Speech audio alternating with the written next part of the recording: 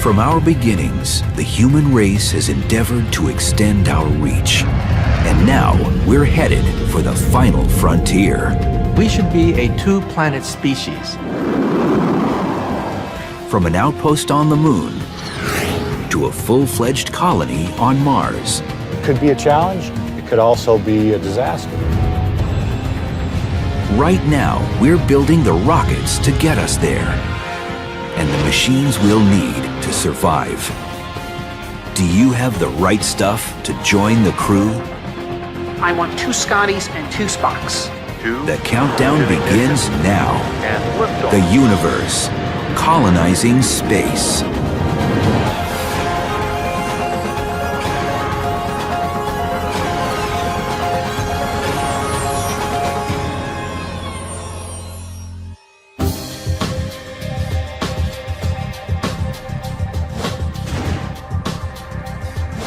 Colonizing space is no longer the stuff of science fiction. It's likely the first humans who will live on another world have already been born on Earth. For these pioneers, this adventure will be the ultimate cosmic camping trip. You need to bring everything you need with you. You need to bring a place to live. You need to bring the food you're going to eat. You need to bring the water you need to drink. Now on Earth, at least, you don't need to bring the air you breathe, but when we go into space, we'll need to bring that too. Everything we need has got to be with us. If something's missing or if something breaks, it could be a disaster. We need to have everything we're going to use with us. We need to have it working. The success of space colonization will depend upon it.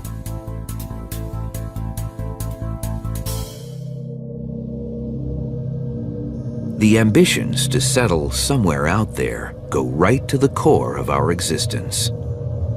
Compelling reasons to colonize space are to see if we can expand the range of our activities beyond the Earth, or are we really confined to the Earth? I think that's an important question we need to know the answer to. The second one is, what's the role of life? We have on this Earth a phenomenon called life. Is it destined to spread beyond the Earth? We are the species that can cause that spread. Carl Sagan, the great noted astronomer, once said that we should be a two-planet species. That is, we should colonize one planet and also have the Earth because, for example, the Earth is in the middle of a cosmic shooting gallery.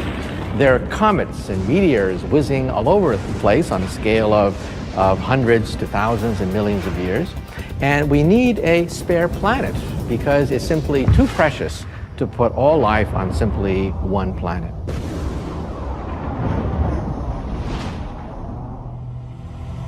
In the vastness of space, there's one destination above all others that stands out as prime real estate for colonization. Mars is the grand prize of the solar system. It's the closest planet which human beings can settle. It's the closest planet that has all the resources needed for life and civilization.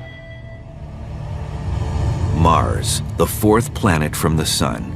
It's about half the size of Earth, and at its closest pass is roughly 35 million miles away. The ancient Romans associated its red color with hostility and named it after their god of war. But far from hostile, Mars has the potential to be the most hospitable planet after the Earth. The gaseous outer planets offer no solid ground. Among the inner planets, Mercury is too scorchingly close to the Sun. And Venus, though similar to Earth in size, is baked to 870 degrees Fahrenheit by a runaway greenhouse effect. It also has an atmospheric pressure that would crush any would-be human settlers. Mars does have its own pitfalls. It actually has extremely low atmospheric pressure, which would cause your blood to boil and then freeze. But a pressurized spacesuit can overcome that danger. And while it's cold on Mars, with typical daytime temperatures 20 to 40 degrees below zero, humans could easily survive wearing proper protection. Most important, the red planet, with its carbon dioxide-rich atmosphere, seems to have the natural resources we would need to keep a colony running. On Mars, we have carbon dioxide from which we can extract oxygen and make fuels from it. There's water vapor in the atmosphere and also in the polar caps. The soil on Mars, the regolith, has the minerals and various compounds we need in order to set up a colony on Mars. Today, Mars is a frozen desert. But photos taken by space probes show clear evidence of erosion. This means that not only did Mars at one time have water on its surface, but also that it may have once supported life. Finding evidence of previous life, even microscopic organisms, might make the difference between whether we establish a short-term base or a more permanent colony there. Long-range mission planning is already underway at NASA.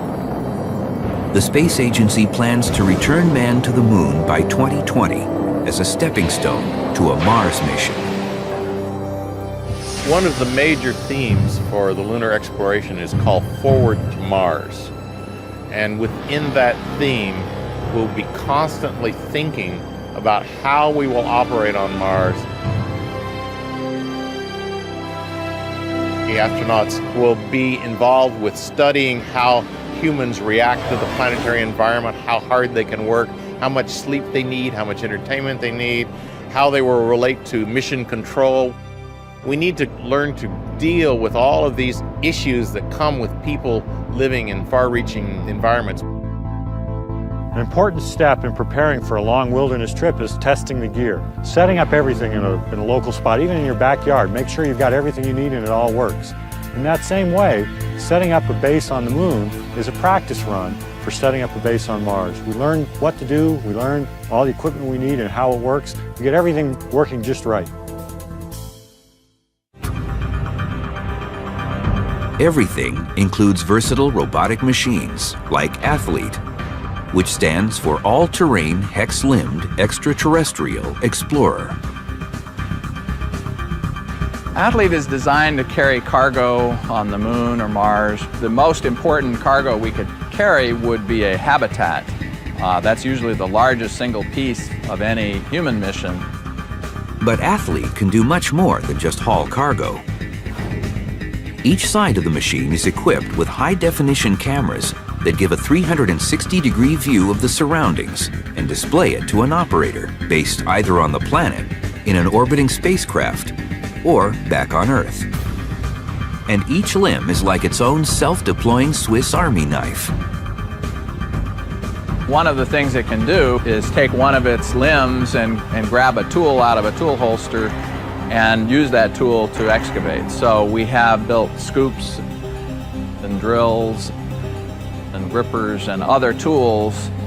One of the most interesting things is that if a leg were to fail on Athlete, the two adjacent legs could in fact grab tools and disconnect the one leg that's failed and amputate it and leave it on the surface. With equipment like Athlete, astronauts will be able to establish a long-term base on the moon and test how self-sufficient they can be. Only then, according to NASA, will we really know if we're ready to go to Mars. The real acid test of our understanding how to live in space will to take a crew of, say, 6 people, put them on the far side of the moon where they cannot see the Earth and have the psychological disadvantage of not being able to connect to the Earth, and see if they can exist for a year on their own with the systems that we designed for them. If we're able to actually do that kind of a test and experiment, then I think we will have checked the box that, yes, we're ready to move out into the solar system and settle more difficult regimes such as the planet Mars. The moon's close proximity to Earth, about 240,000 miles, only a 3-day trip, makes it a convenient proving ground. But its environment is vastly different from Mars. Mars compares to the moon as North America compared to Greenland in the previous age of human exploration. I mean, Greenland was closer to Europe. Europeans got there first, but ultimately it was too poor an environment for a new branch of human civilization to really develop in. Same with the moon. The moon is closer to the Earth. We got there first, but as a place for settlement, Mars is a much better place to go. Mars has more water and other useful natural resources than the Moon. It also has an Earth-like day-night cycle that lasts only about 40 minutes longer than ours. That's why the Mars Society, an organization of scientists, researchers, and NASA personnel, thinks we should skip the Moon entirely and head directly for a rendezvous with the Red Planet.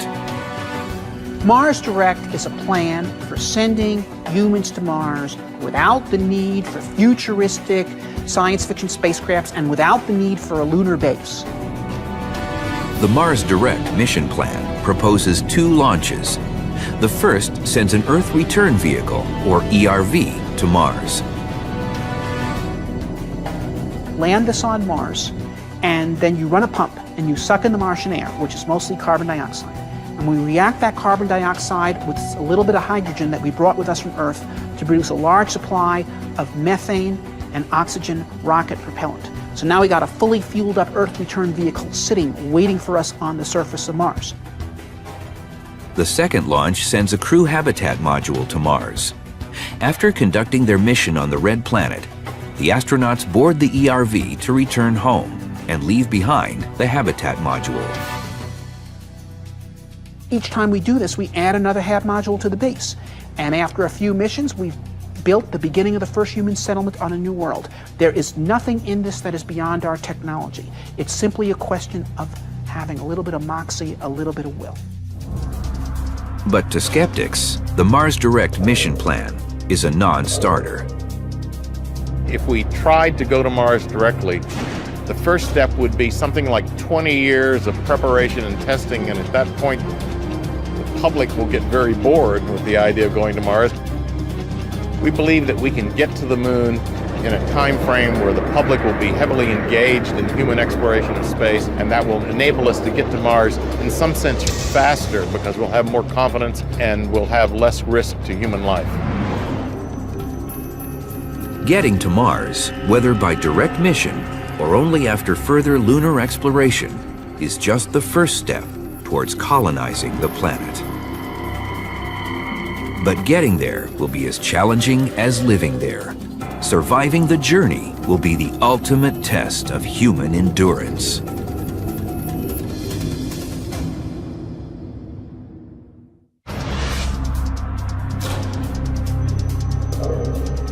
The trip to Mars is 6 months long.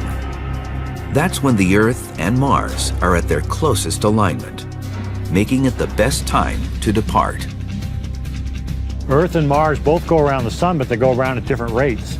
And every 2 years, Earth and Mars are on the same side of the sun, and so then that's when it's close. And then it only takes 6 months to get there.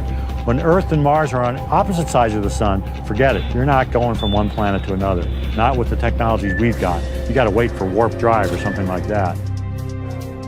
There are new hardware elements that need to be developed to enable a human flight mission to Mars, but no new technology. Everything we need to make, we know how to make. We are much closer today to being able to send humans to Mars than we were being able to send men to the moon in 1961 when Kennedy started the moon program. And we were there 8 years later. 0, all engine running. The new hardware will include the Ares, the next generation rocket that will launch man to the moon and beyond. The Ares should be ready for liftoff within a decade. It's about the size of the Saturn V of Apollo fame. Taller than a 36-story building, the Saturn V was the largest and most powerful rocket ever launched, capable of delivering a 53-ton payload into lunar orbit. But the Ares, using boosters derived from the space shuttle, will be able to muscle an extra 22 tons of cargo on each trip to the moon. So if you have very large rockets, you can have fewer launches in order to assemble the spacecraft that goes to Mars. So the large rocket is really a product of the desire to ultimately look at Mars in our exploration scenarios.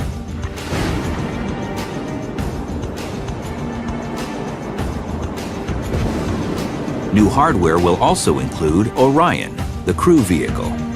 It will be more than 2.5 times the volume of an Apollo capsule.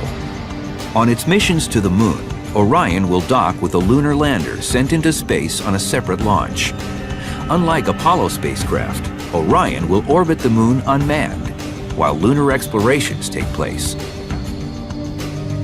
The astronauts will redock with Orion for the return to Earth. This new crew vehicle will borrow much of its hardware from the space station.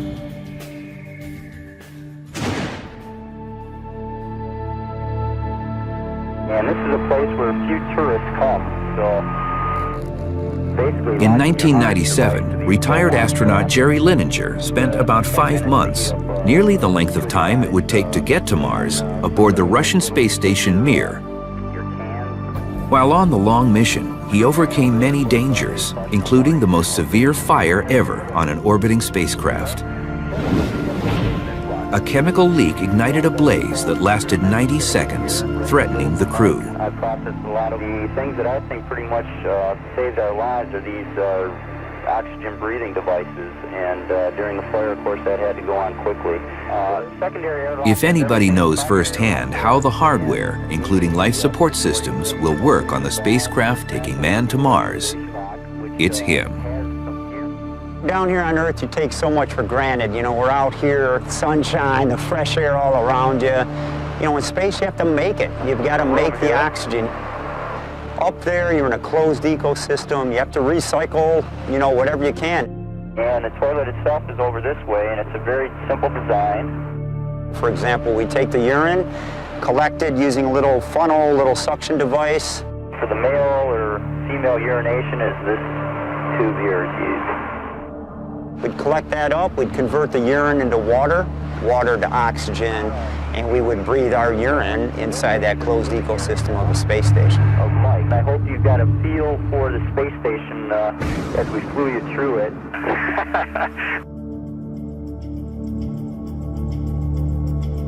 New hardware will also provide power from clean, reliable sources. We're going green to the red planet. Solar panels will do the job on the return to the moon. But the longer journey to Mars will require another power source. As we get off to Mars, the solar insolation, the intensity of sunlight at Mars, is only about half that at the Earth. So solar panels are less effective. We may have to think carefully about using nuclear power sources in some of these spacecraft. And in fact, people are thinking seriously about nuclear power sources on the surface of the moon in order to generate long-term power and not have to worry about the periods of darkness on the moon where you don't have sunlight and you have to bring batteries up to store power. But despite all the new hardware, the journey to Mars will still have its share of potential hazards. Just like any trek to an unfamiliar place. Imagine you're on a wilderness camping trip. You leave home, the familiar surroundings that you're used to. You go out on a long trip, potential dangers, hazards, rock slides, avalanches, getting lost, equipment breakdown, all sorts of possible problems. But you want to go anyway. You prepare, you go out. It could be an adventure. It could be a disaster. Going to the moon and Mars is going to be like that too. You leave the familiar surroundings of Earth, you go out in space, potential problems, issues, equipment breakdown, many of the same kind of problems that you might have on a camping trip, the astronauts might face on Mars. It could be a challenge, it could also be a disaster.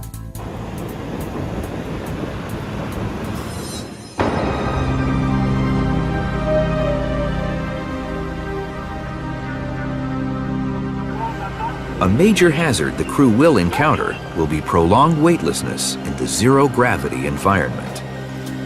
Easy, Georgie. Oh yes, it's true. Relieved of bearing its usual load, the human skeleton starts to deteriorate. There's a loss of calcium phosphate, a chemical critical to the rigidity of bones, and the number of bone cells actually decreases. For 24 hours a day, you're floating, and your body very smartly starts physiologically to adapt to that new circumstance. So in order to counter that, try to keep your strength up, I get on a treadmill. 2 1-hour periods a day, it's about all you can muster up there. In spite of that, came back at about 65% of my pre-flight strength level, a lot of muscle atrophy, and more significantly about a 14% bone loss.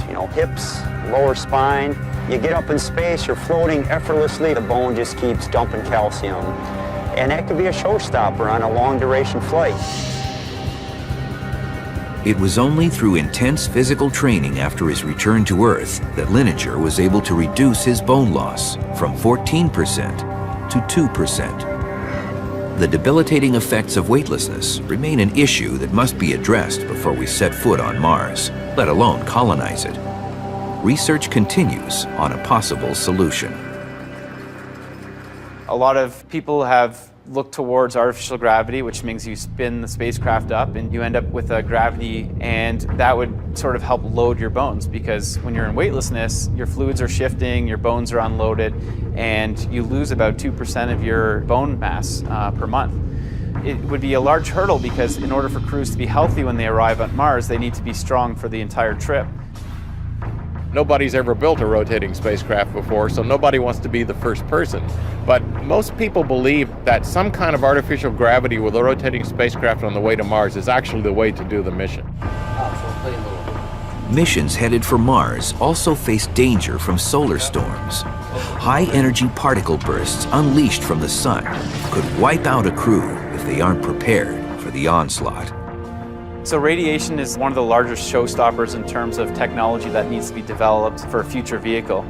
The easiest way to deal with that is just make a storm shelter, so that if you can somehow predict when the solar storms are approaching, which you would do with various navigation satellites and relaying them from Earth, then you could get into the shelter and wait it out and then be able to go back into the spacecraft.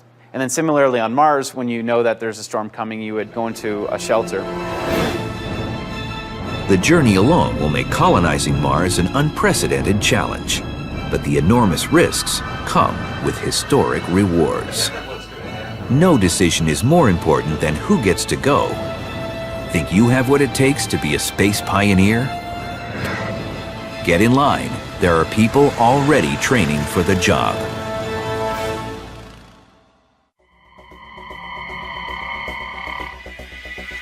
Colonizing Mars will require a special breed of people.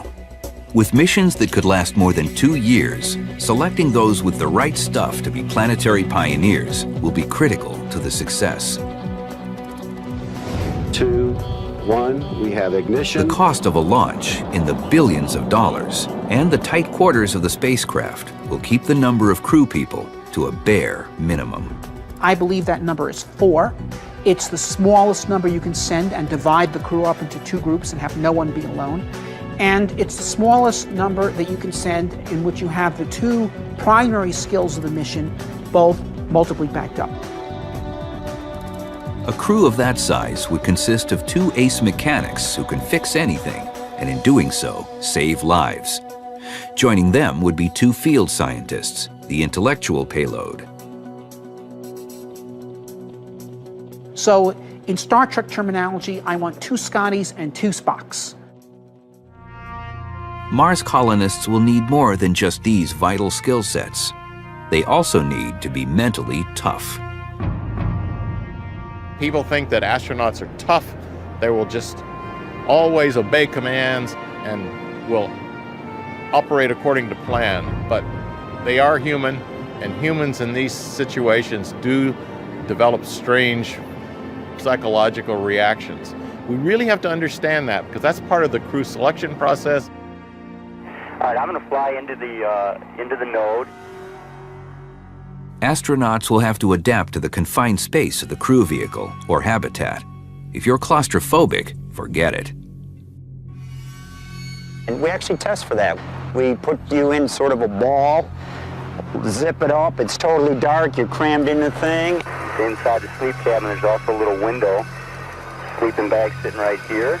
This just happens to be the commander's sleep station. And they have heart monitors on you.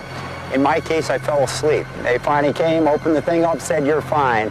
But if you don't fall asleep in a closed space, you're not the right person. Dealing with being the only life forms on an otherwise lifeless planet will be another major psychological challenge. Out there in space, you truly are just removed from mankind.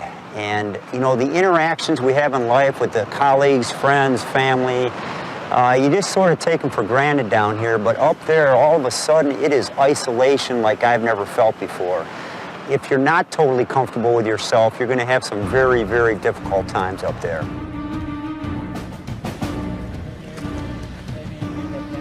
So it's been 4 months simulated Mars mission. Everyone's doing great. To train people for this extreme mission, the Mars Society has built 2 Mars analog research stations to practice simulated missions. Crews consisting of as many as 6 people, mostly university scientists and NASA personnel, operate under many of the same constraints that astronauts will endure on Mars. They don't go outside without wearing spacesuits. They live on Martian time, 37 minutes longer than an Earth day. Their communication with Mission Control in Denver is on a 20-minute delay to simulate the time it takes for a radio signal to go from Mars to Earth. Maybe most challenging, they must coexist in a habitat with minimal personal space. By doing that, you find out what works on Mars and what doesn't, and what kind of skill mix, what character mix you need in the crew, what technologies are likely to be most useful to the crew, how to organize the crew, who should command the crew, how tight you can ration the water and still sustain morale while you're doing this kind of work. This is not like a lunar mission which only lasts a week, where you can get 3 test pilots and they can just suck up the fact that they don't really like each other for that duration time and get along. Crews first go to the Desert Research Station, located outside Hanksville, Utah, to conduct short-term missions lasting 2 weeks.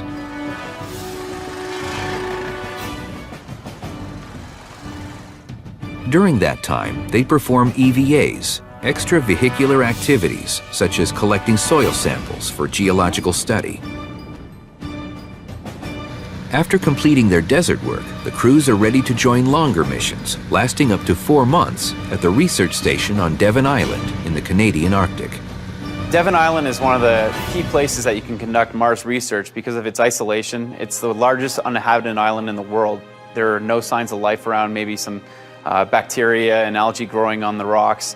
And also because the crater formation that the research station is located on is similar to a crater that you would typically find on any planet. There's a lot of permafrost up in the Arctic, and drilling into there looking for microbial life could be a similar experiment to what you would do on the surface of Mars.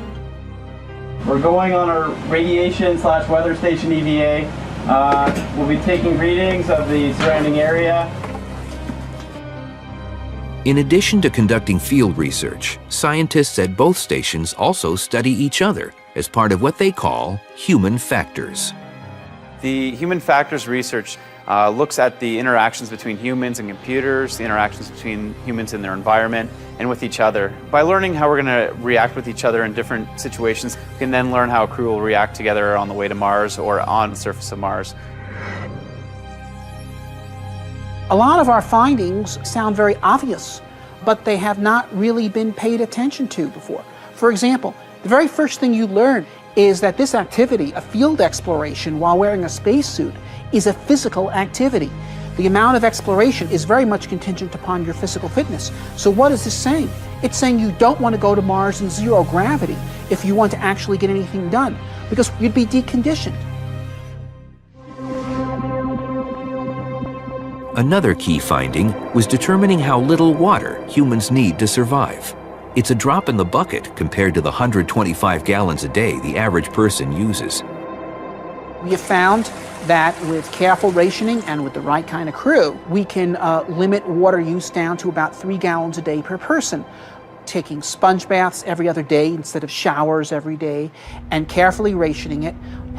But if we try to cut the water down much below that, then it does in fact start interfering with morale in a serious way. And this is a very important number to know from the point of view of the engineer designing the mission and how much mass you need to ship.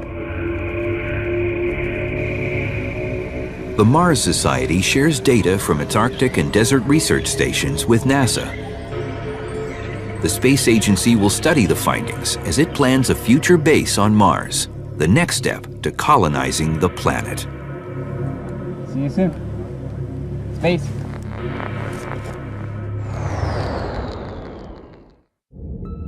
The year is 2040. The destination? Mars. After decades of careful study and research, the first human explorers are on their way to the Red Planet. After completing the 6-month journey from Earth, the longest manned space trip in history, it's time to land on Mars. But where's the best place to touch down? You want areas that are geologically diverse, where there's a lot of different things to explore within a reasonably small radius of action. You want to definitely include areas that had water in them in the past, because that is where there could have been life on the surface. That's where you want to hunt for life. You want to go to places that are either in the temperate or tropical regions of the planet, because you don't want to go to a place where it's going to be dark for 12 months at a time. By these criteria, the best place to land would be just north of the Valles Marineris, within driving range of runoff areas. Not far from where space probes Pathfinder and Viking 1 touched down.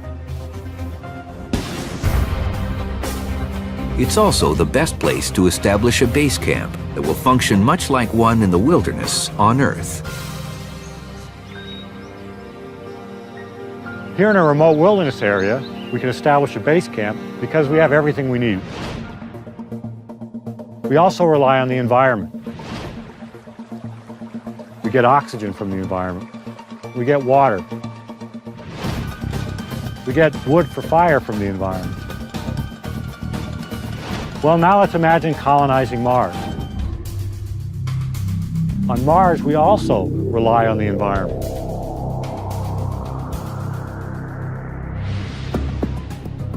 Colonizing Mars is going to require using the oxygen from the Mars atmosphere that we could derive from the carbon dioxide, growing food on Mars, getting water from the atmosphere on Mars. The same mix of resources from the environment and material that we've brought with us is what's required to allow us to successfully colonize space. Once the base has been established, the primary objective of early missions is to search for evidence of life in the past and the present. Using radar, astronauts attempt to locate groundwater within a few hundred yards of the surface, then bring it up with drilling rigs. Samples will be studied under microscopes in the crew habitat to see if they contain evidence of life. If the planet proves capable of supporting life, then it would be viable for astronauts to construct greenhouses and cultivate crops using Martian water, soil, and sunlight. As they search for life, these pioneering astronauts will have to contend with the one force that could bring the lofty ambition to colonize Mars back down to Earth. That's gravity. The gravity on Mars is 1/3 the gravity on Earth. We don't know if that's enough gravity to allow for healthy bones and muscles. If Mars gravity is not suitable for human long-term survival, then it may become the place we visit. We may go there for a week or so. It's a tourist attraction, but it's not a home. And so that's a fundamental question that needs to be answered. Is 1/3 gravity enough gravity for us to live biologically fit lives? My guess is the answer is yes, but we have no direct data, so we can only guess. Discovery and Alpha, capture confirmed. And ISS is in... Getting direct data will be vitally important. Houston, copy. So will communicating it to Earth. The lag time in radio communication between the Mars crew and mission control, as much as 40 minutes depending on planetary alignments, will affect how the astronauts conduct their research. It certainly means that the Mars crew is going to have to be a lot more autonomous than you could have with human crews on Earth orbit or on the Moon. You're not going to be talking to the Mars crew, okay, now step 2 steps to the left and head towards the rock. They are going to have to make their own decisions, and I think more generally the Mars mission is going to have to be led from the front, and that the commander of the Mars mission will be in the Mars mission, and rather than have mission control, we will have mission support on Earth. Good luck. Back to work now. Back to work, all you guys. The habitat that will house the astronauts offers a preview of structures that could form the first settlement on Mars. As proposed in the Mars Society's direct plan, the initial habitat will be the crew vehicle itself. The tuna can, as its proponents call it, is about 20 feet tall and 27 feet in diameter. It has 2 decks, the upper level for cabins and a common area, the lower one for lab and workspace. We have found in our field work that while these are tighter quarters than most Americans are used to living in, they're not that bad. You don't really feel that crowded. We tend to keep the private bunks very small so that we can maximize the public space, the wardroom where people hang out. If you've got a healthy crew where the people want to associate with each other, then this is clearly the best way to ration the available space.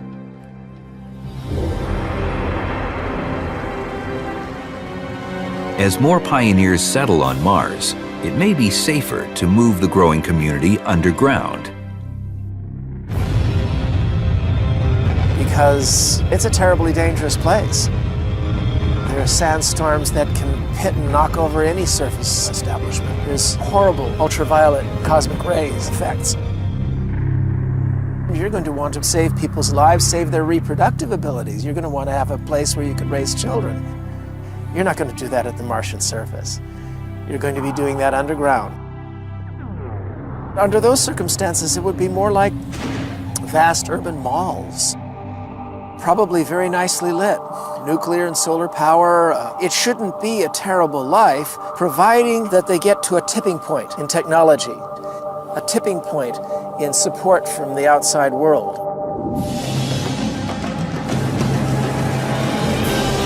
Early missions to Mars, if conducted during optimal planetary alignment, will last approximately 2.5 years. That includes the 6 months to get there, a 1.5 year stay on the surface, and the 6-month return trip to Earth. During that time, we will know whether Mars can support life. If it can, that opens the door to the ultimate form of colonization. Terraforming the planet to make it more like the Earth.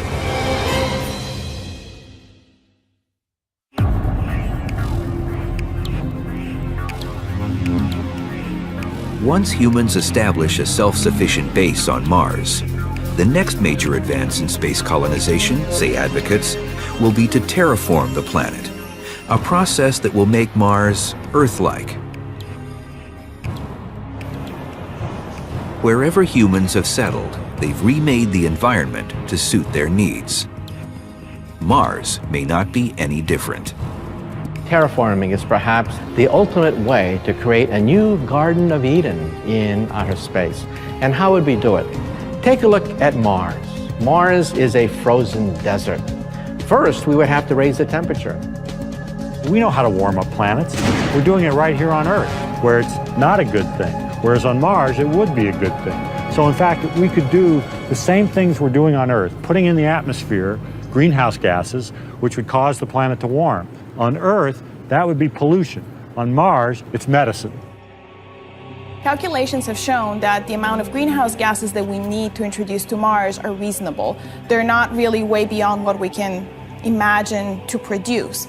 But the amount is also too large for us to bring it from the Earth to Mars. That means that those gases have to be produced on Mars. We would need to set up factories to produce those gases and release them into the environment. These factories would combine elements taken from the Martian environment, convert them to non-toxic fluorocarbon gases, and vent them into the atmosphere. Experts estimate in about 100 years, these greenhouse gases will have terraformed a cold, dry, dead planet into a warm, wet, life-supporting world. It's interesting to think about what would Mars look like after 100 years of warming. It would be bluer than it is today. You'd see large patches of water. You start seeing little fringes of green around the margins of these blue areas. And then with time, this infestation of green would move away and up and into the mountains. And eventually, you'd see a world of blue and green with little islands of red that remain, almost like national parks preserved. Even in the first stages of terraforming, the temperature will rise and also the atmospheric pressure will rise. That will mean that humans will actually be able to go out just in suits that really press down on their skin in order to recreate some pressure, and with an air mask. And that would really make it much easier to go outside. It would probably take quite a while for Mars to become really a place like this, where we're in a greenhouse at the Los Angeles Arboretum. It would definitely take a while before we have such a paradise as this. But we can start from very basic algae, mosses, maybe grasses. While this is going on, genetic engineering of the people themselves could also be taking place, so that you are breeding in, either through selection of your offspring or possibly even genetic manipulation, generations of citizens who need less gear when they go out on the Martian surface. Their skin is less fragile to the ultraviolet, to the low density atmosphere. And eventually they just need their respirators less and less. As the atmosphere increases, so does their ability to meet the atmosphere halfway. And these would be the beginnings of the true Martians, the people who could actually make this world their own. NASA itself is not interested in terraforming planets, partly because it sounds very science fiction-y, but partly because there are real ethical questions involved. You will find a lot of people who believe that human beings should not go into space because we will just destroy things in the way that we've destroyed our own planet, and that we need to preserve the Moon and Mars and the other planets the way they are for scientific investigation. Whether we should terraform Mars is an issue for future generations to resolve. It's a very distant point on a space colonization timeline that could begin with this generation. The one thing that we can probably predict is that we will see ourselves in other places of the solar system than the planet Earth. Space colonization will be driven by the normal processes that we've seen over human history of expansion of people from one place to another across frontiers. Space is another kind of frontier. It's a technologically challenging frontier, but the human species has been extraordinarily resourceful over its history in its ability to adapt and to overcome challenges like the frontier of space. My son, maybe someday he'll follow in Dad's footsteps. And I would be awful proud knowing that you blazed the trail. And, you know, he can do it. You know, next generation, who knows where they'll be.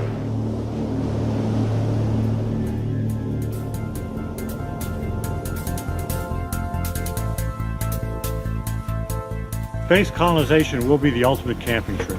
It'll test our equipment, it'll test our planning, it'll test us. But it'll be worth it. We'll learn a lot about space, about our own Earth, and about ourselves.